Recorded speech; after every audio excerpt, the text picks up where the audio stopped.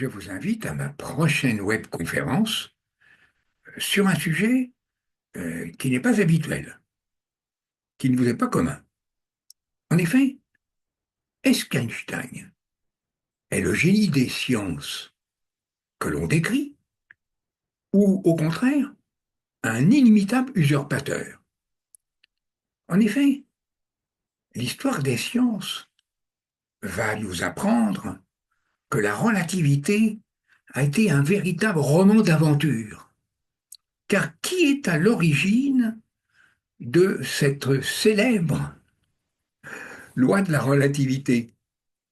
Eh bien, est-ce que c'est un jeune homme de 26 ans, inconnu complètement du monde scientifique, qui est tout juste diplômé de physique théorique, avec aucune connaissance mathématique suffisante, et puis, d'autre part, il est un simple petit employé de, dans un bureau qui trie les brevets à Berne?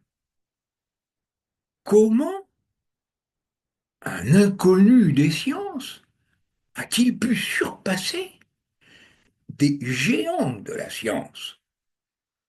Le grand savant Henri Poincaré, reconnu comme étant le plus grand mathématicien du monde.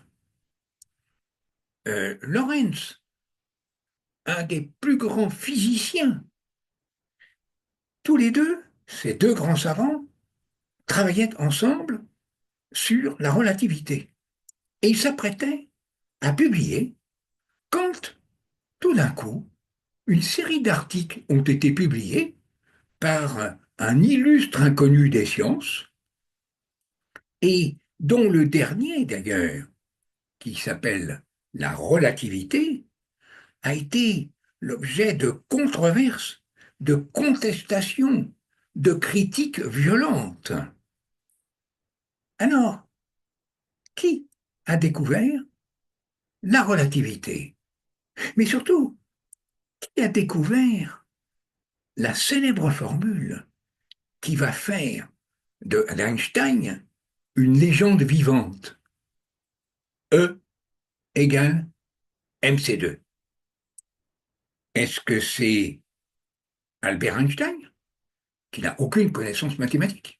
Ou est-ce que c'est le grand mathématicien Henri Poincaré?